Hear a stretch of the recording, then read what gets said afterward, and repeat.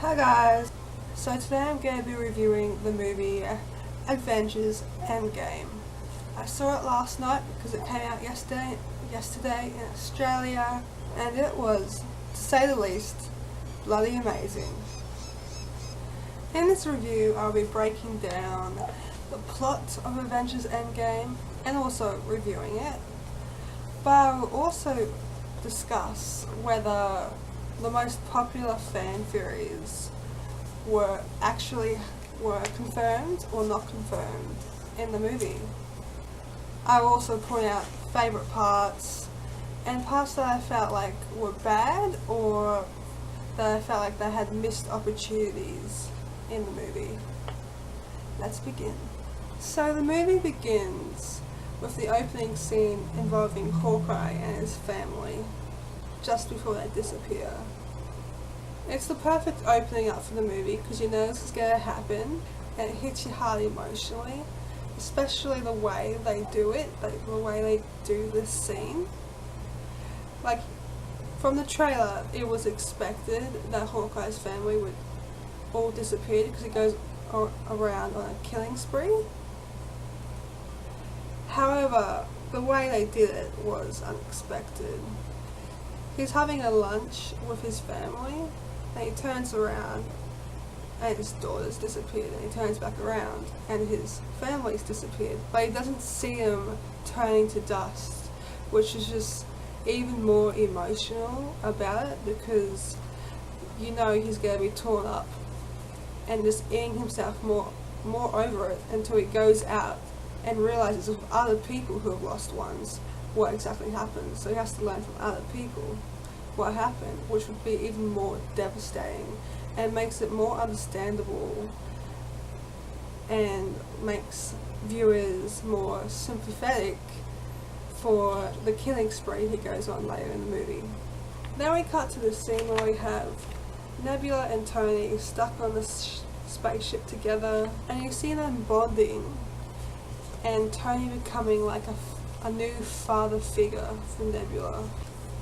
We also see Tony's influence on her and her becoming a better person, becoming nicer, showing that she's not all evil, and it's really nice. It also influences Tony's arc, that he's come from this selfish, war-going person at the start of the Iron Man movies to someone who's more responsible and a better father figure. Now, coming to the scene, we also have everyone's most popular theory that Captain Marvel is obviously going to save them. Yes, this is confirmed. When Tony is on the brink of death, Captain Marvel saves them. So, theory confirmed. He used the stones again. Hey. We'd be going in short-handed, you know? Look, he's still got the stones, so... So let's get him. Use them to bring everyone back. Just like that. Yeah, just like that. So as you can see here in the next clip, once everyone's back on Earth, they rush into battle to fight Thanos. But they get there, find him, and find that their efforts are hopeless because he's already destroyed the Infinity Stones. Lying this, Thor fixes his mistake and kills Thanos by beheading him and going for the head this time.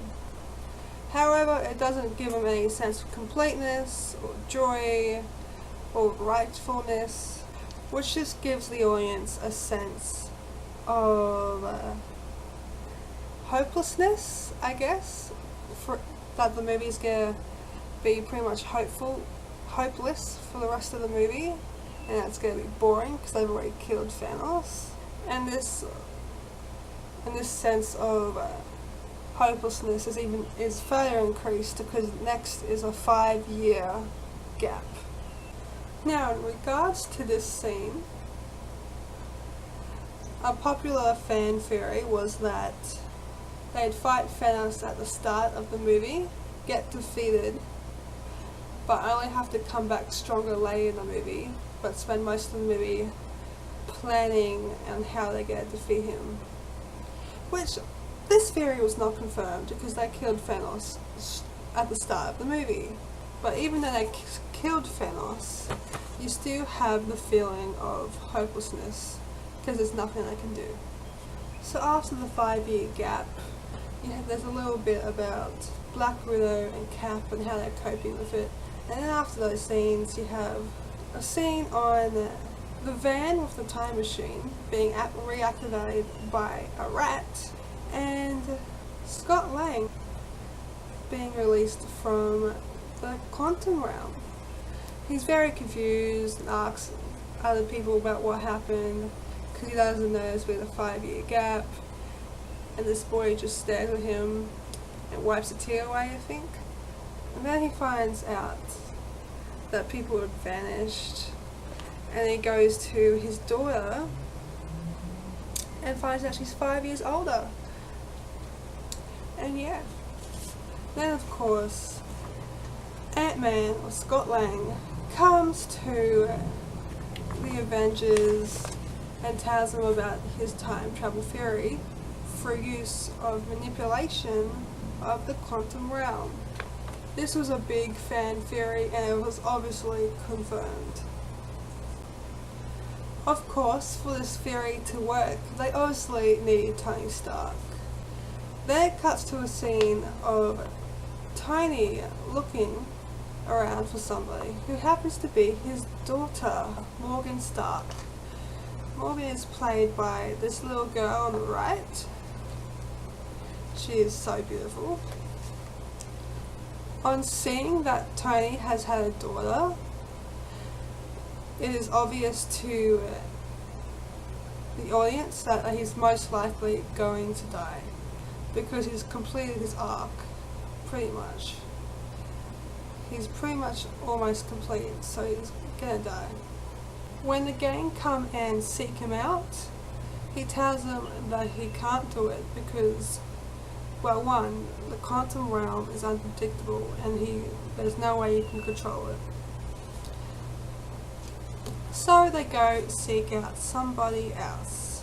Professor Hulk. That's right, guys. Your theories were confirmed. Professor Hulk is in the movie. So one thing I don't like about Professor Hulk's appearance in the movie is that he's just there. Banner explained how he put the brains and brawn of both him and Hulk together, but it doesn't explain how it came to be, which is something I was actually really looking forward to. I'm sure many fans were, which is disappointing not seeing him becoming Professor Hulk within the movie. His appearance also denies and doesn't confirm the theory that something happening to Natasha brings out Professor Hulk, which is disappointing. It was a popular fan theory, but unfortunately it was not confirmed. Professor Hulk agrees to help try this time travel theory. However, it doesn't go to plan.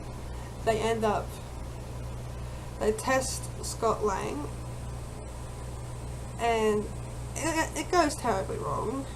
He comes back as a teenager, goes in again and comes back as an old man, goes in again and comes back as a baby. Until finally they fix it and shut it down, and Scott Lang comes back as himself. And yeah, that was a pretty funny and favourite part of the movie. Next we have Tony, he runs simulations and actually finds that there is a way to manipulate the quantum realm in order to travel back. So he goes to the Avengers and agrees to help them, but on one condition. They bring everyone back to now. They don't change anything that's happened because he doesn't want to lose his family. He's just bringing everyone back to now. In the next scene, they're just focusing on getting everyone together. And even though I couldn't find any pictures of it, because of course it won't have been out yet, Fat Thor is someone they have to convince to come to help, which is a funny sight and it's so sassy. probably my favourite parts in the movie. And he's got a beer gut, pot belly, just it's great.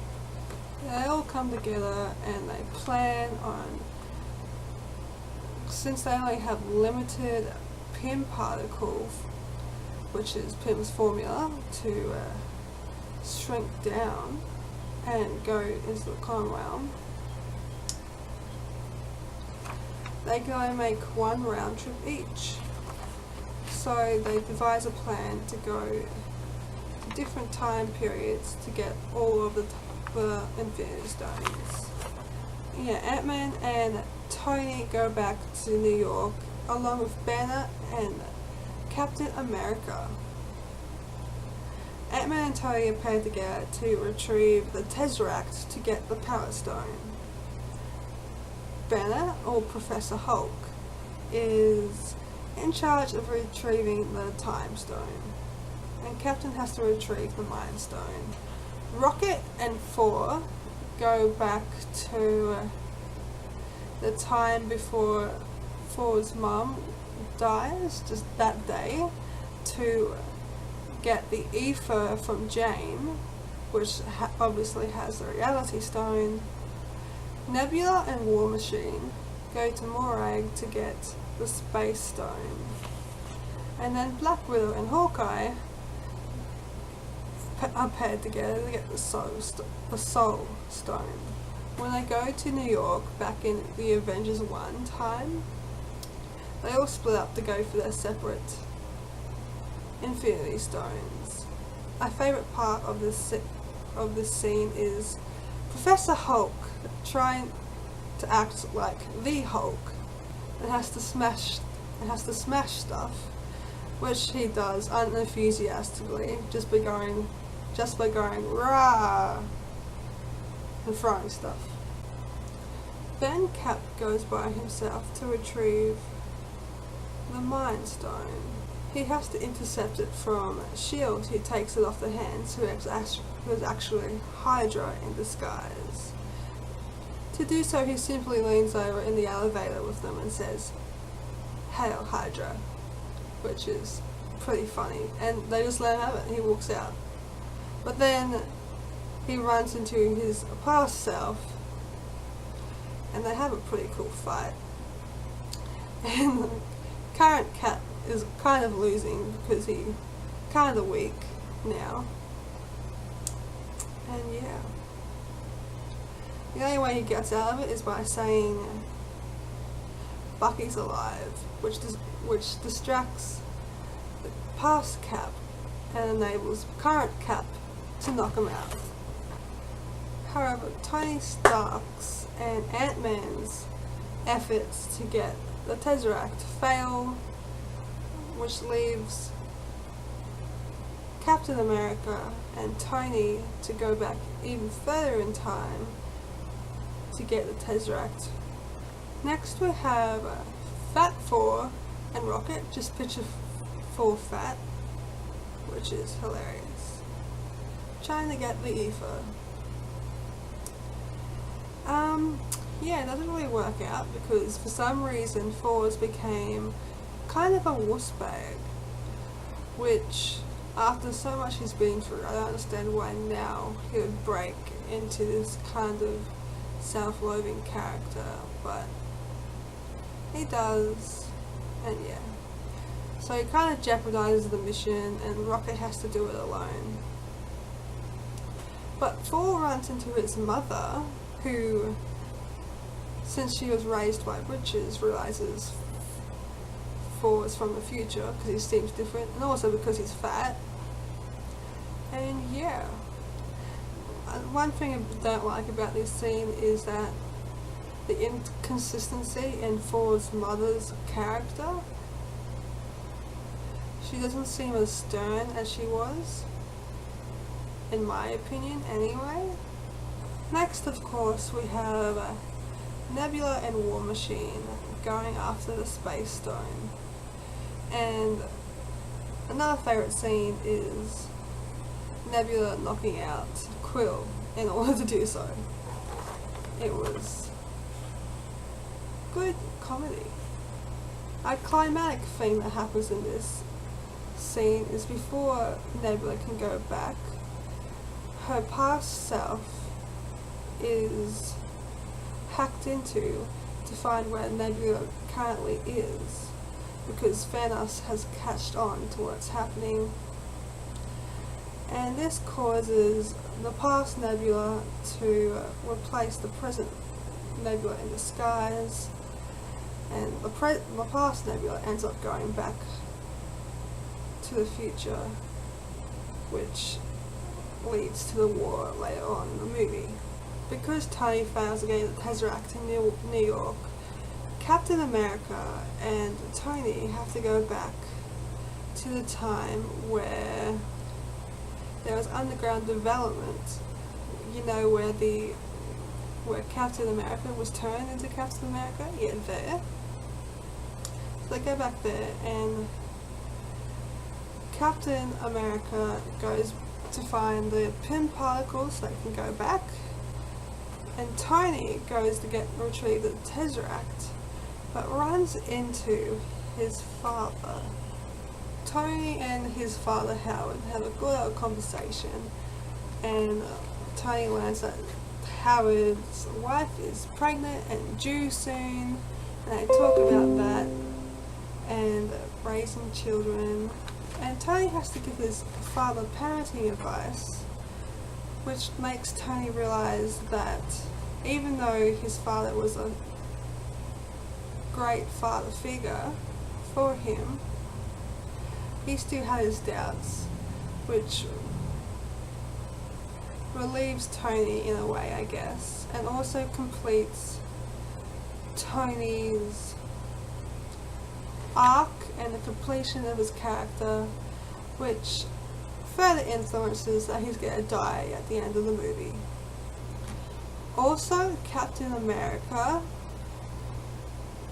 runs into Margaret's office, you know, Margaret, his old love, and watches her. He has the chance to talk to her, but he obviously doesn't, which comes into play later in the movie. Next, we cut to the scene of Hawkeye and Black Widow looking for the Soul Stone, and then them finding out that you have to sacrifice one that you love in order to retrieve the Soul Stone. They both fight over who's gonna die, and eventually Black Widow wins and throws herself down and dies, which is very emotional. I cried. It's a very emotional scene, and it also confirms most people's theories that Black Widow is going to die. However, it doesn't confirm another popular theory that Cap was going to be the one to be sacrificed for the Soul Stone. This theory came about because someone saw a shape of a shield next to where next to where Gamora died. So that was a theory, but it was not confirmed because Black Widow ended up being sacrificed for the Soul Stone. There was another theory that I mentioned earlier, that something happening to Black Widow would cause Banner to become Professor Hulk.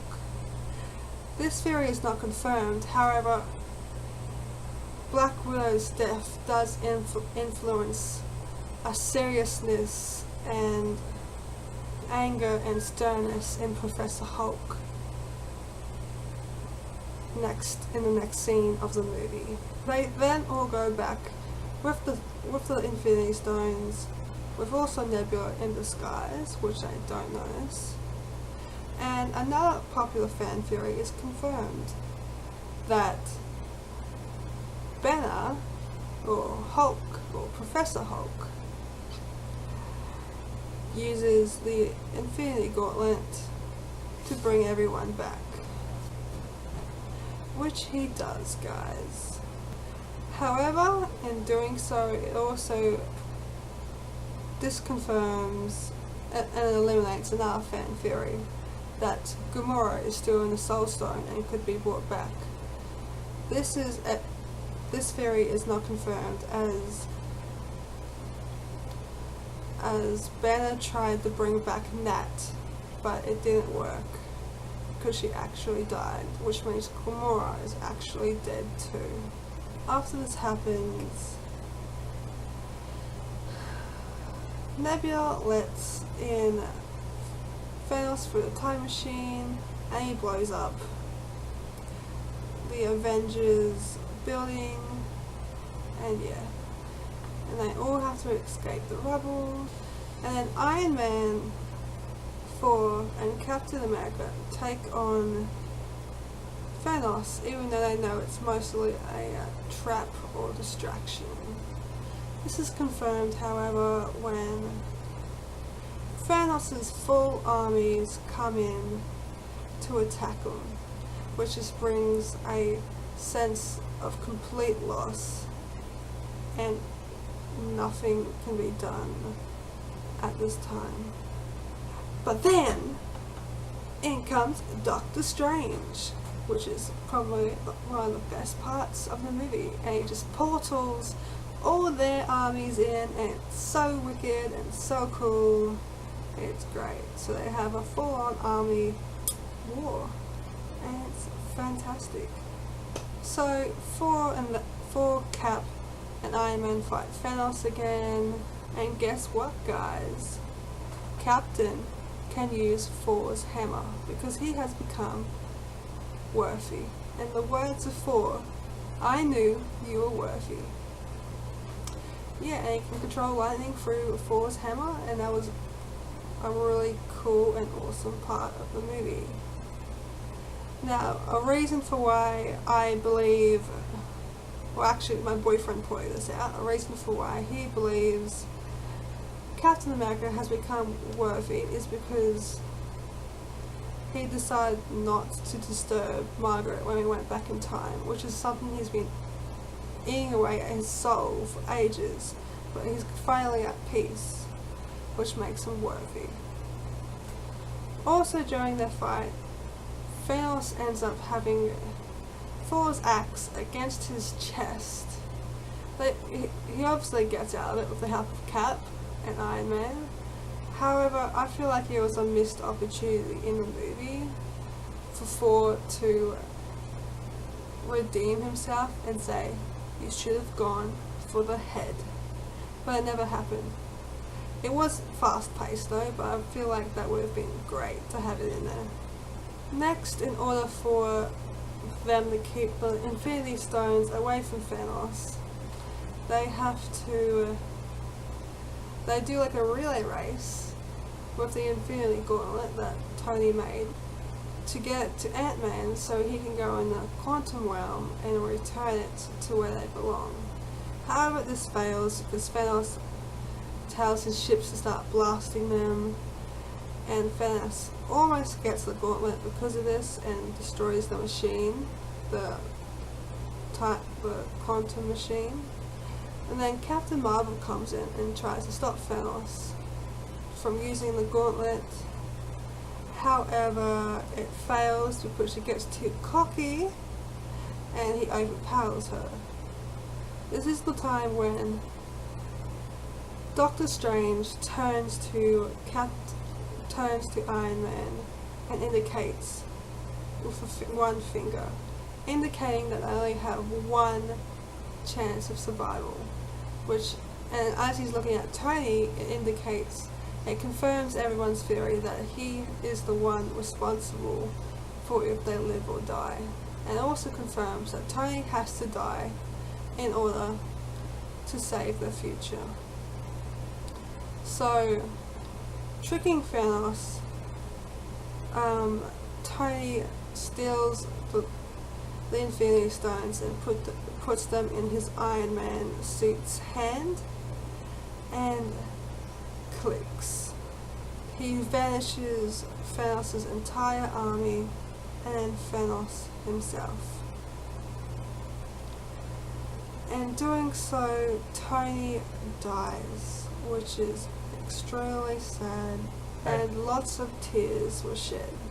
Tony dying and using the gauntlet to save everyone also confirms another theory that Tony would be the one to use the Infinity Stones, which he did, and he died. The next scene is Tony's funeral, which is very sad. So many tears shed again. And the favourite part of his funeral that I love is Happy talking to Morgan, Tony's daughter, and just saying, and asking her what she wants to eat because she's hungry, and her saying cheeseburgers. And then Happy saying, your father loved cheeseburgers, and just connecting them, and just such an emotional time. One thing about that scene that I don't like is how emotionless the daughter is, but then again, she is too young to really understand what is happening. But I feel like she'd still, be a bit emotional about it. One other thing I loved about Tony's funeral is that this kid came back. Remember Harley from Iron Man 2, I believe it was? He was at Tony's funeral grown up. It was very sad, but amazing. And it just ties Tony's complete arc, and it's, yeah. Next we have Cap, who goes back and returns the Infinity Stones to their rightful places, but he doesn't return in 5 seconds when he's supposed to. However, they see a man sitting down on a chair near them, and that man turns out to be Cap, grown up as an old man. He went back and spent his life with Margaret, which I think is a beautiful end to Cap's character, because he went back with his soulmate, and it's just beautiful and sad and just emotional. Yeah. Another theory confirmed. I'm not sure how popular this theory, but I know my boyfriend thought of it. I'm not sure if other people did. That Falcon would become the new Captain America, because at the end of the movie, Captain America gives Falcon his shield. Not Bucky, Falcon. So that theory was confirmed too. Other favourite parts that I forgot to mention was that during the war, when everyone came back, Tony shared a emotional hug with Spider-Man, and it was just so raw and emotional and great. And also, Pepper Potts actually wore her suit and became Rescue, which was also another emotional attachment to the movie, which was great. Also, another theory that was not confirmed was that Thor would become the new leader and protector of the 9 realms. However, this doesn't happen. He leaves Valkyrie to become the queen of the Asgardians, and Fat Thor goes on to join Guardians of the Galaxy, so he might make another appearance in the next Guardians of the Galaxy movie.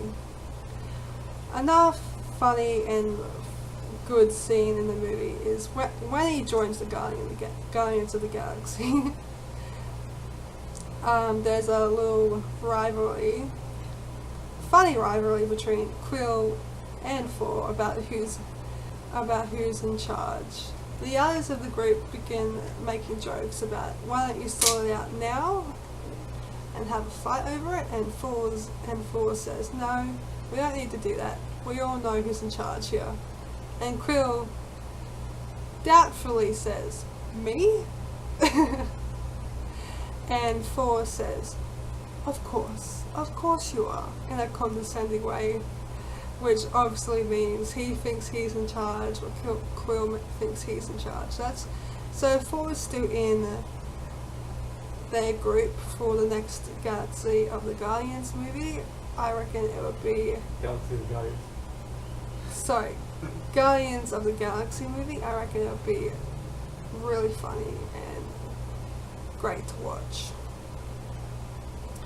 So overall, in conclusion, I would rate this movie a 10 out of 10 because it was beautifully timed. It was a 3-hour movie, but I felt like 2 hours, if that.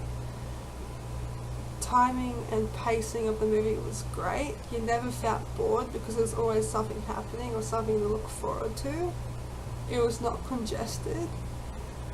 As I said, it was all paced wonderfully. And there's multiple problems that happens throughout the movie which doesn't leave you bored. And also there's heaps of heart in the movie because they want fans to be happy, which we were extremely happy. And yeah, the movie was fantastic, 10 out of 10. So yeah, hope you're having a great day or night, wherever you are. Bye.